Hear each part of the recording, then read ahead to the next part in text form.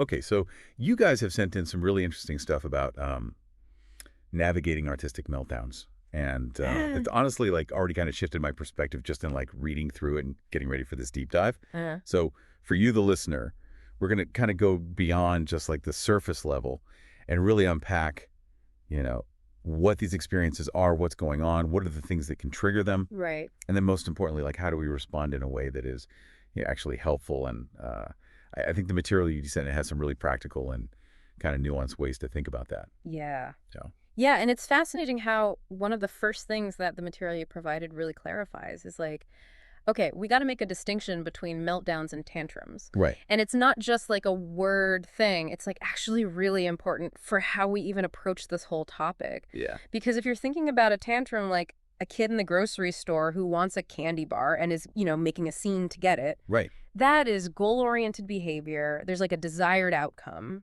A Exactly. meltdown is not that at all. It's Totally. not a choice. It's not a manipulation tactic. It is a full system overload. Yeah, yeah. It's like the material you sent really emphasizes that it's not goal-driven at all. Right. It's pure, unfiltered distress. And I think it's helpful, too, to kind of visualize, like, what this might actually look like, Yeah. Because it can be, there's a lot of different ways that it can manifest. But, we're talking about intense emotional expressions like screaming, crying. For sure. But it can go beyond that, right? Oh, yeah, absolutely. I mean, the materials you sent talk about repetitive behaviors or what's often called stimming things like rocking or hand flapping. Right. And then on the other end of the spectrum, somebody might completely shut down, become unresponsive to what's going on around them. Yeah. And your sources also touch on, the unfortunate reality that sometimes when someone's in such profound distress that it can lead to self-harm or even aggression towards others. Yeah. And that feeling of being trapped and overwhelmed can also sometimes lead to like running away, trying to escape the situation. Yeah. So it's a real wide array of responses. Right. But the core is that like I'm completely inundated and overwhelmed. Right. Yeah. No. Okay. So we have a little bit better of a picture of like what a meltdown is, this involuntary response to overwhelm. Right. So let's talk about what actually sets these things off. Like, what are the triggers that lead to that point of overwhelm? Because it seems like, if we can understand that, then we can kind of unlock some of the why behind it. Yeah. And maybe even prevent some of these situations from happening in the first place. Absolutely. So your sources kind of outline some key areas. Yeah. And one that seems really significant is sensory overload. Oh, for sure. I think for a lot of us, we kind of navigate these things, day to day without really thinking about it, like bright fluorescent lights or the sounds of a busy street or, strong perfume or crowded spaces. But it seems like for someone with autism, that can be an incredibly intense and even aversive experience. Yeah. The material you provided really emphasizes how their sensory processing can be very different from neurotypical folks. Sometimes they have a heightened sensitivity to certain stimuli. So what might seem like a normal level of input to us Right. can just feel like it's too much. Right. It's like trying to filter a fire hose through a drinking straw. Yeah, It's just like there's no way to handle that volume of input. totally. Another one that comes up a lot in your sources is unexpected changes. Yeah. So it seems like for a lot of people with autism, deviations from an established routine can be profoundly distressing. And the information you've gathered points to the fact that that predictability that routine provides Yeah. can really be a foundation for feeling safe and secure in the world. Totally. So then when that predictable order is suddenly disrupted without warning or preparation, Yeah. that can generate significant anxiety and pretty quickly escalate to a meltdown. Right. And, if we kind of zoom out a little bit, it makes sense that for many individuals with autism, that routine is so important because it creates a framework for understanding and navigating the world around them. Right. And if you suddenly alter that framework without any warning, it can really lead to a feeling of being lost or out of control. Yeah. Yeah, totally. And then there's the whole world of social overload, Right. which I think, considering how complex social interactions are in general, it makes sense that this would be a potential trigger. Totally. And your sources kind of highlight both the intensity of prolonged social engagement, but also the challenges of interpreting social cues. Yeah, and that's a really important one because, think about it. When you're in a social situation, you are constantly processing information. Right. deciphering facial expressions, body language, all these unspoken social rules, the flow of conversation. Yeah. So for someone who may find those nuances really challenging to interpret, it's like constantly trying to decode a language that you haven't fully learned. Oh, that's a good way to put it. And so that cognitive effort layered on top of other potential stressors Yeah. can absolutely contribute to overwhelm. Yeah. And it's a good reminder, too, that, Yeah. we need to think about basic human needs. Oh, for sure. Because the stuff that you sent really points to the fact that, like, hunger, thirst, fatigue, Yeah. even underlying physical discomfort, Yeah. those things can really lower someone's threshold for coping with other stressors Absolutely. and potentially trigger a meltdown. Yeah. And it's easy to get caught up in all the more complex stuff, but sometimes it's the simple things Totally. that can make a big difference. Yeah. And then finally, we have to talk about communication struggles. Right. Because this is something that your sources really emphasize. Yeah. And it makes sense when you think about it, like when someone has difficulty expressing their thoughts, their emotions, their needs effectively, that internal frustration can just build and build and build and eventually erupt in a meltdown. For sure. And I think we can all relate to that feeling of being misunderstood or not being able to articulate what you need. Right. Now, amplify that for someone who's already navigating sensory sensitivity, social complexities. Yeah. It's a lot. It is. Okay, so we've got a much clearer picture now of like what meltdowns are this involuntary response to being overwhelmed. We've talked about the things that can contribute to that feeling of being overwhelmed. So let's get into the really important part, like what do we actually do when a meltdown's happening? Great. What are the most effective ways to respond? Yeah. And the stuff that you sent has some really practical and compassionate guidance. I think the first thing that really stood out to me was like, we got to stay calm. Yes. Absolutely. Like that is paramount, isn't it? Just everything you know, and the material you provided is really explicit about this. You need to remain calm and non-judgmental. Right. Because your reaction as the responder can either de-escalate or further intensify the situation. Yeah, and I love how the sources really connect our emotional state to the person who's experiencing the meltdown. Like our anxiety can be contagious. Absolutely. Oh, sure. And they even talk about like specific phrases to avoid, like, that reflexive stop it. Right. Or the well-intentioned but often not helpful calm down. Totally. It's like in that moment of intense distress, those kinds of directives can actually feel invalidating and escalate the anxiety even more. Yeah. Instead, the focus needs to immediately shift to how can we create a sense of safety? Like, how can we help this person feel safe? Yeah. So what does that actually look like? Well, so the immediate priority is ensuring safety, both for the individual who's experiencing the meltdown and for anyone around them. Right. And this involves trying to identify and, if possible, reduce any obvious environmental triggers. Oh, yeah. So, like dimming harsh lights, lowering the volume of loud noises, as your sources suggest. It also often means providing physical space if the person seems to need it. Okay. While still remaining present to ensure their safety. Right. So, if they are in a situation where they could harm themselves or others, gently guiding them to a safer location is going to be crucial. Right. And it's that balance, isn't it, of like giving space, but also conveying that you're there. Exactly. If they need support. Exactly. The sources also talk about certain soothing techniques. Yeah. Like deep pressure, for example, like weighted blankets or even firm hugs. Right. But with a really important caveat. Huge caveat. Which is only if the person is comfortable with touch.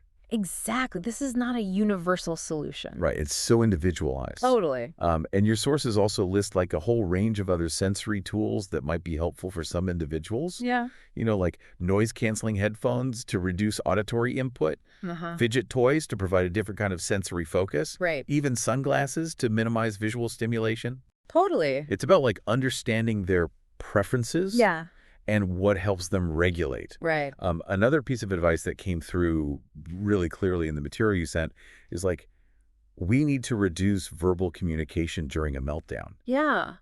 Because when someone's in that state of intense overwhelm, it's just really hard to process spoken language. Yeah. Think about it. Their cognitive system is already operating at max capacity. Right. So trying to process complex sentences Right. or even just a barrage of well-meaning words can just overload it further. Yeah. And so the information you've gathered really suggests using very simple language. Right. Visuals like picture cards or even just clear gestures. Yeah. If communication is absolutely necessary in that moment, Right. it's about minimizing any additional cognitive load. Totally. And it seems really important to like offer comfort in a way that might be more easily received in that moment. So your sources talk about like offering a favorite item, Right. Something familiar and comforting, like a special stuffed animal or a blanket. Yeah. And they also talk about encouraging any self-regulation techniques that the individual may already use. Yes, and these are personalized strategies that the person may have learned to help themselves cope with those feelings of overwhelm. Right. Things like rhythmic rocking or focused deep breathing, Right. Okay. squeezing a stress ball. Yeah. So it's about supporting their own intrinsic efforts to regain control Right. without imposing our external interventions. Totally. And then finally, and this seems so crucial for their well-being, your sources really emphasize respecting their recovery time Yes. after a meltdown. Yes. It's not just an emotional event. It Yeah. can be physically and mentally exhausting. Totally. So, once the most intense phase of the meltdown has subsided, they're likely going to need time and space to decompress Yeah. and recover. And your sources are really clear about like no punishment, no scolding, no like lengthy debriefing in that moment. Right. It's about offering quiet reassurance. Yeah. Just understanding. Totally. It's not a disciplinary issue. Right. It's about supporting their return to a more regulated state. Okay. So those are all really helpful strategies for when a meltdown is happening. Yeah. But ideally, we want to create environments and implement strategies that are going to reduce these things from happening in the first place. Yeah. Prevention is the goal. Exactly. And, your sources really clearly indicate that it begins with a deep understanding of those individual triggers we talked about earlier. Yeah. So the information you've provided suggests something really practical, which is keeping a detailed journal or log to track the specific situations and circumstances that tend to precede meltdowns. Okay. Because if you start tracking this systematically, you may start to see patterns and identify potential triggers Yeah. that might not be immediately obvious. It's like becoming a behavioral detective to Yeah. really understand that sequence of events. Totally. Another big one that comes up in your sources is predictability, Yeah. and specifically the value of routines. The information you've gathered emphasizes visual schedules, timers, other consistent routines. These tools can really provide a sense of structure and dramatically reduce anxiety by making the day more predictable and understandable. Yeah. So knowing what to expect throughout the day can prevent that feeling of sudden, overwhelming change that can trigger a meltdown. Totally. Another thing that comes up is like empowering the individual to communicate their needs and preferences Absolutely. proactively. Yeah, self-advocacy is huge. Right. So whether that's through verbal communication or using picture exchange systems or other assistive communication devices, it's about like giving them a voice and a way to communicate what they need. Yes, when a person feels like they have a reliable way to express their needs, their wants, their discomforts. Right. And that those expressions will be acknowledged and respected. Yeah. It can prevent a lot of that frustration from building up to the point of a meltdown. Totally. Creating a sensory-friendly environment in general. Oh, for sure. Seems to be a really important piece of this, too. Yeah. So, designating quiet, calming spaces where they can retreat if they're feeling overwhelmed. Yeah. Making sure that they have access to those sensory regulation tools that we talked about. Right. The headphones, the fidget toys, things like that. Totally. Even when they're not currently in distress. Yeah, it's about proactively designing their surroundings to be more comfortable. Right. Less likely to trigger sensory overload in the first place. Exactly. And then finally, your sources talk about the value of teaching coping strategies. Yes. Directly, When the individual is in a calm and receptive state. Right, exactly. Yeah. So like practicing things like deep breathing exercises, grounding techniques that can help them connect with their body. Right. Even allowing and understanding like safe stimming behaviors, Yeah. as self-regulatory tools. Totally. It's like equipping them with a personalized toolkit of strategies they can consciously draw upon Right. when they start to feel that anxiety or overwhelm rising. Yeah. Yeah. Okay. So I think the big takeaway here, and your sources are very clear about this, is that, autistic meltdowns are not acts of willful misbehavior. Right. They are a genuine sign that an individual is experiencing an overwhelming surge of emotions and sensory input that they are unable to manage in that moment. Exactly. And our role is to approach these situations with understanding, Yeah. with patience, and with a commitment to tailoring our support strategies to that individual's unique needs. Absolutely. And creating that safe, predictable, and supportive environment can make a huge difference They really can. in reducing their overall stress and, Yeah. and helping them to regulate. Oh, sure. So for you, the listener, the big message that comes through so clearly in all of the material that you sent is that when we see an autistic meltdown, it is not a deliberate act of defiance. Right. It's not manipulation. It's a response. It's a deeply felt response to being completely overwhelmed and understanding those triggers, knowing how to respond effectively with calm, with patience, with those practical, tailored strategies that we talked about. Right. That's what's going to make a difference. Absolutely. And, it prompts a bigger question for me, which is, Yeah. beyond these acute moments of crisis, who can we as a wider community cultivate a greater awareness and attunement to the diverse sensory needs and communication styles that exist within our society? Totally. What if we embraced sensory sensitivity Right. and diverse modes of communication, not as exceptions, but as just integral aspects of the human experience? Yeah. How could we create more universally inclusive and supportive spaces for everyone? That's such a good point. And that, in turn, could really reduce the frequency and intensity Yeah. of these overwhelming experiences. That's so powerful and such a good thing for all of us to think about, Yeah. So as you're listening to this, think about, how these insights into autistic meltdowns and the underlying sensory and communication sensitivities, how does that inform not only how you respond in specific situations, Right. but how you think about designing public spaces, structuring workplaces, Totally. even shaping your everyday social interactions. It's a big one. Yeah. It is. Well, thank you so much for bringing this to our attention. This is such an important topic, and really appreciate you taking the deep dive with us. Yeah, my pleasure. Awesome. Thanks for having me.